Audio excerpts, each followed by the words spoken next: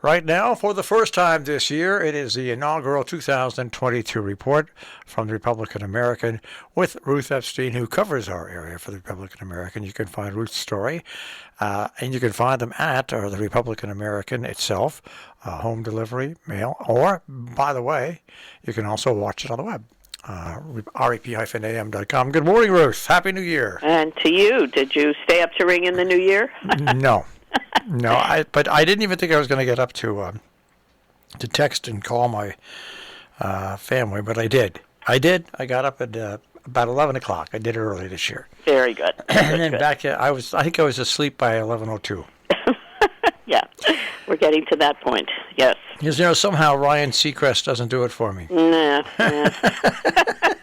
Where's Guy Lombardo when you need him? Imagine, I used to make fun of Guy Lombardo, and now I say the same thing. Yeah. The Royal Canadians. Guy Lombardo with the Royal Canadians. The Royal Canadians, exactly. Oh, we're showing our age. Oh, we are. Well, the new year starts off, and we had a couple of stories this week.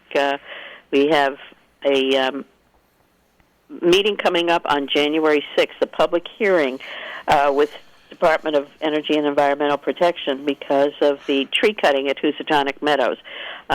People in that area are outraged at the mass cutting of oaks and pines and have been lobbying to get a meeting with DEEP officials, and finally that's happening. And it's a Zoom meeting. It's this Thursday at 6 o'clock. Anybody who wants to listen can click on and hear what people have to say, and maybe DEEP defending itself as to why that happened. So, interesting story there.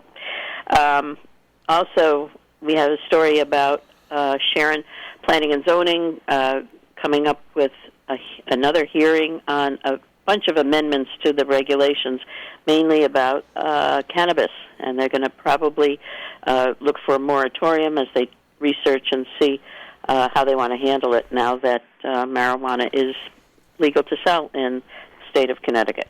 So,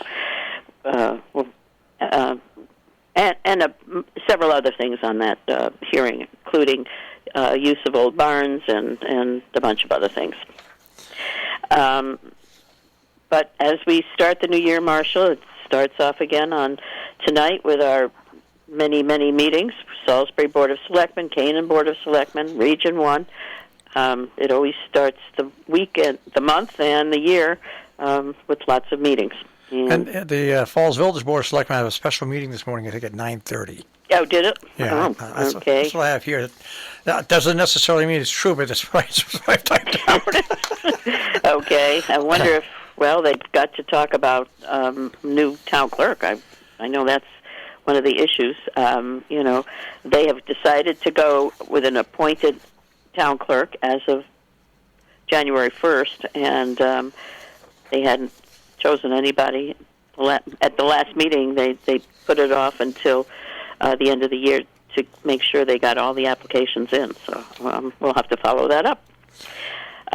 Tomorrow is the Cornwall Board of Selectmen. Yep. And as I say, on the 6th, that tree hearing with DEEP. And also on the 5th, the Falls Village Democratic Town Committee is having their meeting at the firehouse there, but it's not Zoom or anything like that. You have to show up in person, and you have to be masked. And you've got to be a Democrat. Well, yes. Otherwise, kind of, I'm sure there are things happening, but that's all that's on my calendar. But well, the interesting thing is that the Salisbury Winter Sports Association had to cancel their jump camp this past weekend, but it does appear that we might get some snow on Friday. And if we get snow, and there's snow, they've got that coming up on the 15th and 16th. So, so they've moved it to Saturday and Sunday, the 15th and 16th, the jump camp at the Satre Hill site. It is strange. The weather is strange, and of course we have the upsurge in the uptick in COVID, and some schools are having to cancel because of lack of staffing around the area. And an interesting story that I pulled over the weekend, that the state of Connecticut is looking at different guidelines for quarantine and COVID information, and that they might pass along to the schools. They might. This is being under consideration. That they no longer, they look more importantly at the signs that someone might have COVID-19, the sniffles, the stuff like that, and not necessarily wait until someone's actually been diagnosed. Put more importance on looking for the signs. Interesting. Yeah. Well, are you hearing? I'm hearing of many people I know who have gotten it mildly, because most of the people I know are vaccinated and boosted, but a lot of just, it's there. It's coming. It's so contagious. I know a family, and this this is the problem. A family, and a family, a dad, a mom, and a couple of kids. The kids were identified as testing positive for COVID. All right. So of course they started their quarantine right away. Now the tests, they all took tests. The two kids came back positive, and the father came back positive, but the mother did not. But then the mother started showing signs of COVID-19, and was told by the doctor, "Well, yeah, you might have antibodies in your system that don't show up, that prevent that disease showing up as a positive, but yeah, you can have COVID and not test positive for it." So it's a tricky situation for everybody, and there's not much you can do about it at this point, because this variant is all around the place. It's now really almost as common as the flu. Yeah. Yes. Exactly. It's nothing. I mean, obviously it's serious, but it's not as that heartbreaking and heart-stopping. Oh my God, he's got COVID. If you're unvaccinated and you're not a healthy person, if you're unvaccinated and quote not a healthy person, if you have any thing that really affects your health, you could be in trouble. But if you're a healthy person, and it appears that you will get a bad case of the flu. It says we're just in that weird position where the pandemic is about set to become an endemic, where it's going to be like the flu and everything else, and we're just going to have to deal with it on a yearly basis. Yeah, exactly. And I feel sorry for the schools, though, because they're caught between a rock and a hard place. This is not an easy thing for these schools to do. Yeah, and again, as we said before, I give Lisa Carter, the superintendent, a lot of credit. She's kept us really apprised with letters and notes every day. And she sent out a letter on Friday for the weekend, welcoming everybody back and explaining the protocols and the ramifications that they have coming back into school. Yep. Yeah, she's really worked very hard on all this.